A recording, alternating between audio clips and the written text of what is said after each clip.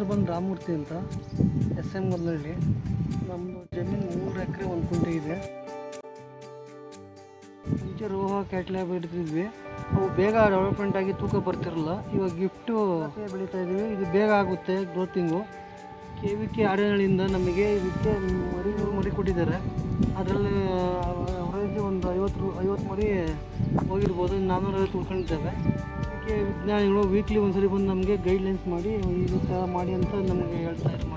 ಒಂದು 30-40 ಮೀಟ್ರ್ ಇದೆ. ಅದರಲ್ಲಿ 450 ಮೀನು ಅಂದ್ರೂ ಒಂದು ಮೀನು ಬಂದು 1 kg ಅಂದ್ರೂ 450 kg ಆಗುತ್ತೆ. ಅವರೇಜ್ 100 ರೂಪಾಯಿ ಅಂದ್ರೆ 45,000 ರೂಪಾಯಿ ಆದಾಯ ಆಗುತ್ತೆ. ಇದರಲ್ಲಿ 4,000 ಮರಿಗಳನ್ನ ಬಿಟ್ಟು ಮೇಯಿಸ್ಬೋದು.